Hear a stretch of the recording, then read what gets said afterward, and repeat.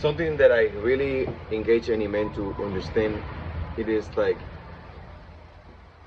more and more and more you think that your life is not still the same when you was a child.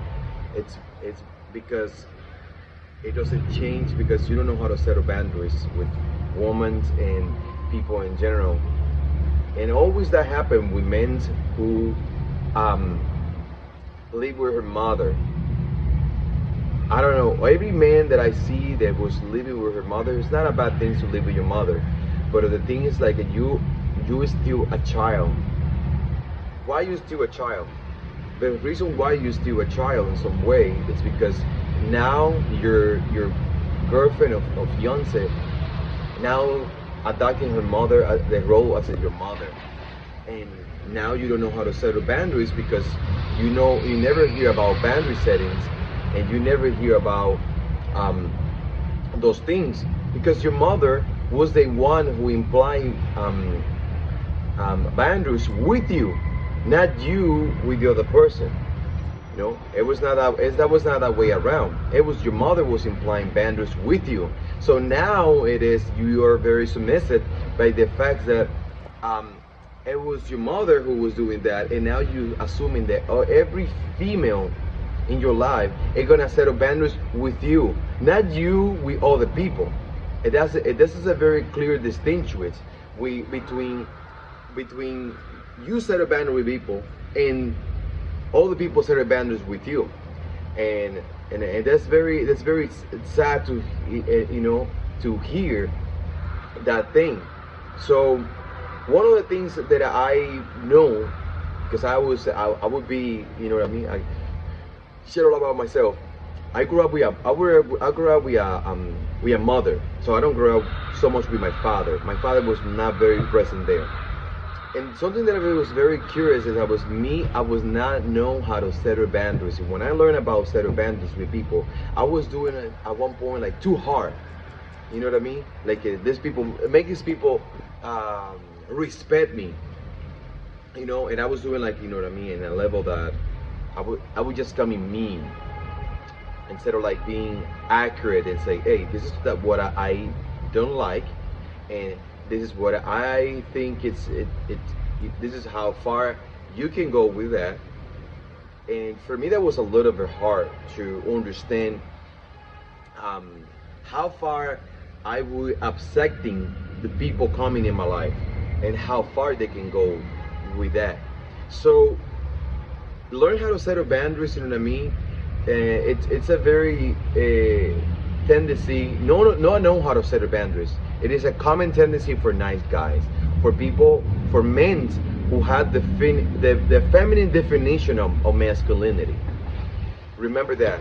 They are, what is to be a man and what is to be defined to be a man by women.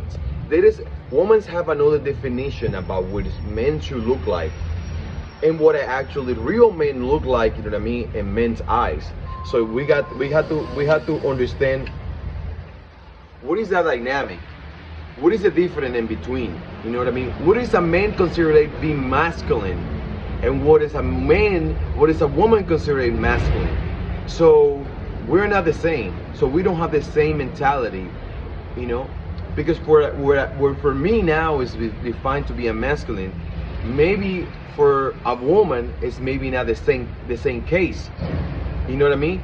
But we maybe all of the men we are considered as like this is a man on man. This is a man that a man should respect. And that makes sense? You know? I don't respect a man who have a woman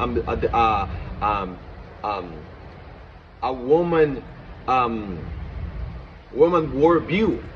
Why? Because it doesn't align, you know what I mean, to what truly masculinity it is, you know what I mean?